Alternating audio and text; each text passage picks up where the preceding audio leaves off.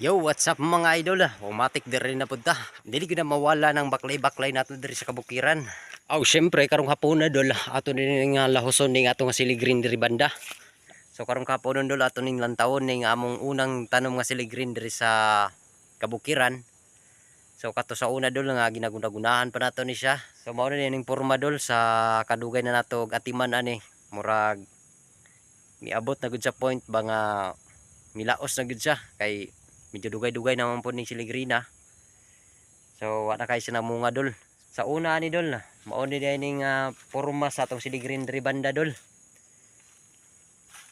Diri banda na ta. Diri ta banda para maklaro ba. Ara dol.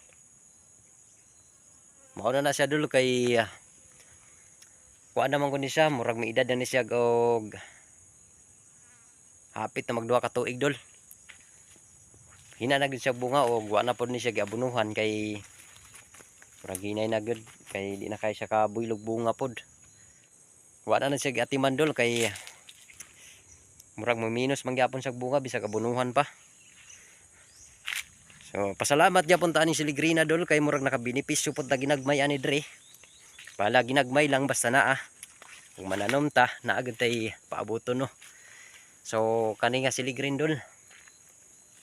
Paingon siya sa babaw dol. Hasta nang bagnuta. Pero all goods ra gyapon ang birada kay nakahatag man po ni siya sa tua o gamayng pangwarta. So salamat kayo. Nako ay taas na kayo dol murag mo topong naman saging dol. Ang kataas sa siligrin. O da itong porma sa atong unang tanom dol na siligrin. So salamat kayo dol sa paglantaw ning video ha. Sa sunod na po atong video sa susama gyapong pamaagi maura gyapon